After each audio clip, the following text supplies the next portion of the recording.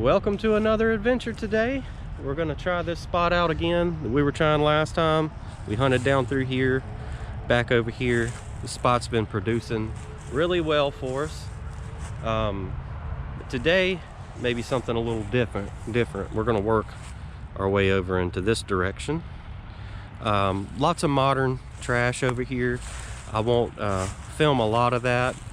I'm hoping that we can pull some old stuff out of here. I mean, it's just the adjacent lot, and I believe that there's some camp activity over here, so we'll just have to sift through it and see what we can find.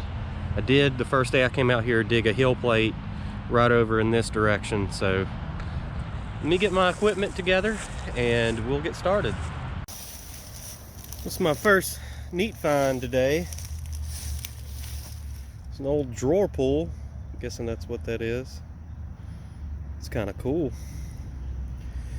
Everything else I've been finding has been modern change and just little small pieces of lead and stuff like that. But working around, like I said, I came from right there where I started filming. The lot that I was hunting's on the other side of these trees, and I'm just starting to work my way down through here. So hopefully we'll get on to something a little better.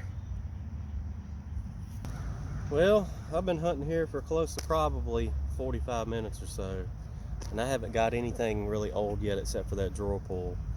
So I came back over here to this back spot where I hunted last time, and not really getting anything, but then I got a signal that was kind of jumping high-low like a bottle cap, and I figured that's what it was going to be, but I'm kind of digging everything. So check this out.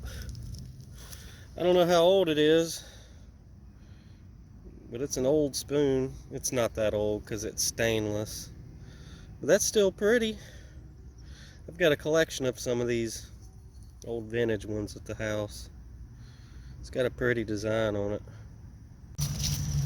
So check this out. I turned down the iron bias a little bit, hoping to maybe unmask some things that I might have been masking. And it's iron, so you know, turning it down, you're gonna hear and false a little more on it. But these are really cool. It's some kind of a iron link there, and this is a rivet.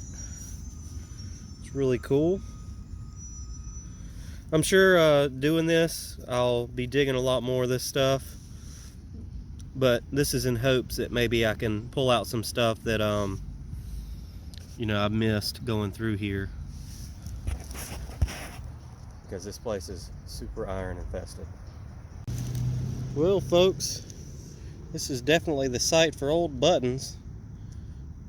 This one's blank. It's just the face of the button. The back's missing. But cool. Pick that out between the iron. Yeah, there's nothing on there. You can see even in the back, you would have seen it stamped. There's just some kind of spot right there in the middle. It's nothing, but it's still promising. Check this out, guys. This is a first for me. See if I can get it to focus a little bit. I didn't know what it was at first, but I just looked it up, and this is from the late 1800s, early 1900s, and what this was a if you got a hole in your tire, this was an old-timey plug. So it would have had a rod that went through, and you would have stuck this on the inside of the tire, and this would have been the outside. It would have closed it together, and that's what would have closed the puncture. How cool is that? The things you learn. Well, this is definitely the day for some relics, or pieces of relics. I am still working this area, and I got a really loud iron sound, and shooting off a high tone too, so if you guys metal detect, you know that a lot of times iron will false, really big iron. So I almost didn't dig it, but I dug down anyways, and got part of an old clock here. This would have been the inside of it, and this was the iron that was going off, is what I'm guessing. Could have been part of the clock, I'm not sure. But that's cool. So you got to just trust your detector sometimes, and sites like this you just got to dig it all. If it's a big piece of iron, you never know what it could be. Alrighty folks, that's it for today's hunt.